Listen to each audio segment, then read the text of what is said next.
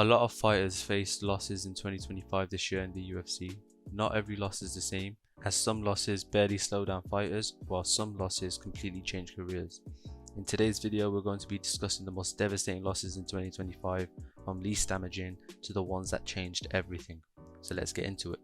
Now, starting off the list is Lona Kavanaugh, and this one stings because he's a young prospect that entered the UFC. He was undefeated, he was a great striker, in his days in Cage Warriors, he did really good, KOing people, and in the UFC he looked very talented. He had people like Ilya Topuria gassing him up, saying he's someone to watch out for, have your eyes on him.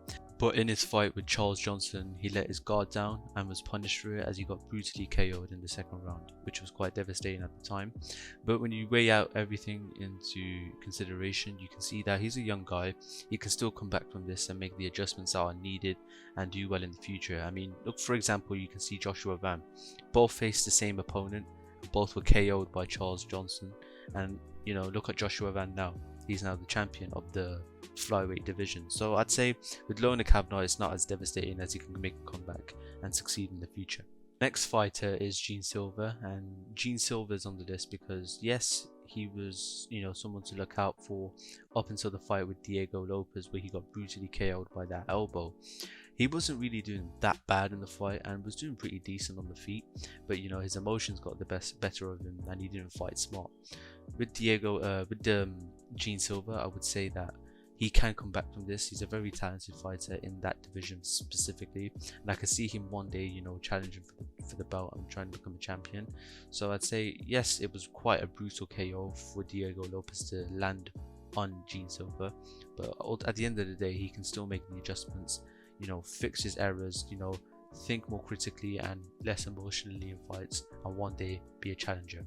Next fighter on the list is Zhang Mingyang, and his loss is quite devastating, as it was in UFC China. The UFC were trying to get into the Chinese market. They have Zhang Weili, but with Zhang Mingyang, they can have a male fighter in a bigger division, which will bring in a more of a Chinese audience into the UFC. And he lost pretty brutally. He lost the leg kicks by Johnny Walker out of all people, which was pretty funny but quite devastating on his career. The UFC might not want to look into him more, might not want to have him more in events. He was kind of the key of getting more people interested in the Chinese market into the UFC, and he lost in a pretty embarrassing way to Johnny Walker. So I'd say his loss is quite devastating on his career. Now, the next fighter on the list is Jamahal Hill. Jamahal Hill's losses in this year are quite bad for his career. He lost to Yuri Prochazka earlier in 2025 by brutal KO, and then he lost to Khalil Roundtree later in 2025, which is also pretty devastating for his career. He went from being the light heavyweight champion, someone well respected for his skill and abilities in the light heavyweight division, to now someone that has been outmatched in all aspects in the UFC in that division. And fans don't really have a lot of respect for Jamahal Hill, because of his antics, his ability, and this could have a negative impact on his career, as now his momentum is slowing down and his ability has been shown to not be as effective as the other competitors in the division, which makes it pretty devastating for his career. Now, number 5 on this list is Alexandre Pantoja, and his loss the other weekend to Joshua Van by breaking his elbow was very devastating. It was very unfortunate, and it's a freak accident to happen, and it counted as a loss, which was just unfortunate for Alexandre Pantoja. And the fact that he is a lot older than the people in that division, age isn't on his side. Healing that injury will take a lot of time, and we have seen the young talent in that division just keep progressing faster and faster and faster. And who's to say when Alexandre Pantoja comes back, he'll be able to compete with them. They could evolve while he de-evolves and doesn't get any better. We all know that Alexandre Pantoja has a lot of skill in that division, but taking a lot of time off to fix an injury like that, which may not result in your arm ever being the same again against young, hungry competitors, it's just not a great look for his career, and it won't positively impact him in the future. Now, number 4 on this list is Magomed Ankalaev. His loss against Alex Pereira is very devastating, specifically because, he was already in a tough spot in the UFC. A lot of the fans don't like him as his popularity isn't as big as other fighters like Alex Pereira. A lot of fight fans find him boring. Even though he is decently skilled in that division, he is someone that isn't really well perceived by the public.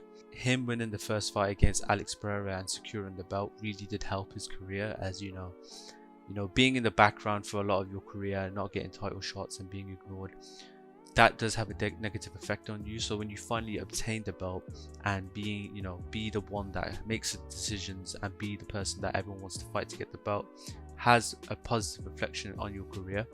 But then when you get taken out by the guy you've already beaten in devastating fashion, and it was pretty dominant rather than the first fight, you lose any ability to negotiate with the UFC and have a risk of being ignored and put to the side like you were originally.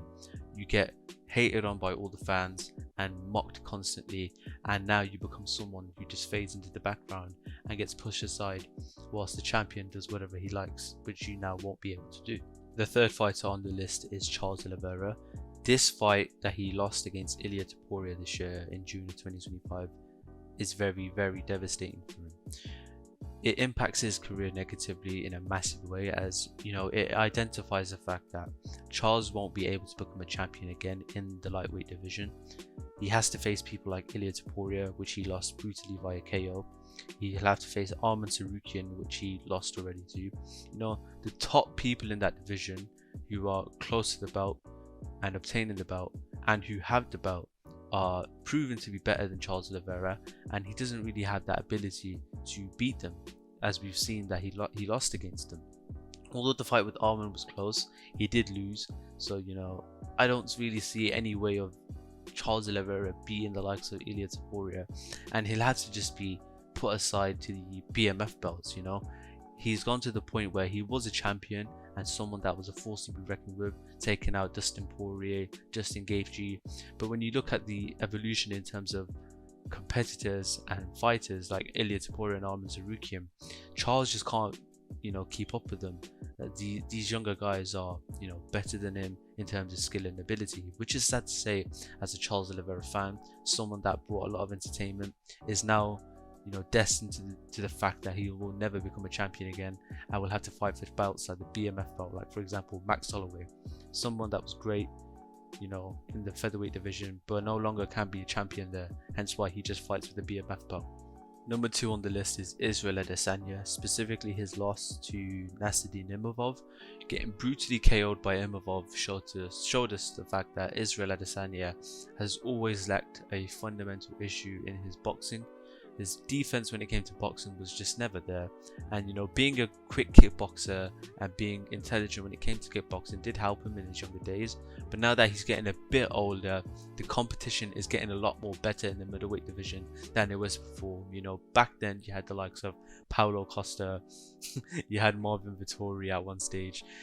Those types of competitors don't really correspond to the competitors nowadays. You have Sean Strickland, you have Kamza, DDP, Nasruddin, etc. It showed us the fact that back in Adesanya's title run, he had a lot of competitors that were made it easier for his kickboxing style, hence why he failed to ever adapt. But now that people like Imavov prove to us that there are weaknesses and flaws in Adesanya's game and it can be exploited, specifically with the KO and his other losses with DDP, etc. It shows the fact that Adesanya is aging. He is no longer the same guy he was in 2019, and the losses show us that he is no longer that invincible guy he was at middleweight.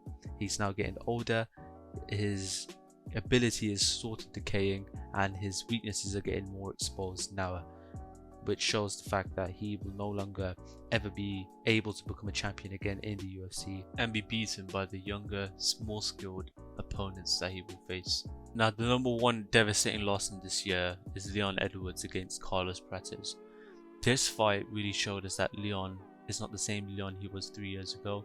the welterweight champion that took out Kamaru Usman, defended against Colby Covington, and showed us at one stage that he is someone to be reckoned with. But now that he's lost against, Bilal Muhammad, lost against Sean Brady, and now this year in 2025 when he lost against Carlos Prates in a brutal KO style, it showed us that Leon is no longer that young man that was very skilled and talented. He's now someone that has, catched up to the implications of age. Having to fight explosive talent like Carlos showed us that Leon's striking isn't where it used to be, and now that he got brutally KO'd in a devastating fashion, it showed us that he is just someone that is no longer the same that he was. It's had a negative impact on his career, as now a lot of fans see that Leon is someone that is not even top contender worthy. He gets beaten by the top 5 easily, and a lot of people believe that he is someone that will never fight for the championship again. And for the UFC wise, with his presence in the UFC, the UFC can now just turn him into a victim that is used to feed younger hungry fighters. For example, when Jose Aldo started getting older, they started feeding him towards younger opponents, and I can see that happening for Leon Edwards, which is quite sad. Someone that was a champion just 3 years ago is now going to become someone that is used as a test subject for younger fighters who are up and coming in the UFC. But anyways, that's been this video. Let me know your thoughts and opinions in the comments below. Let me know who you think had the most devastating loss in 2025. And if you enjoyed this video, make sure you like, subscribe, turn on that notification bell, and I will see you in the next video. Thanks for watching.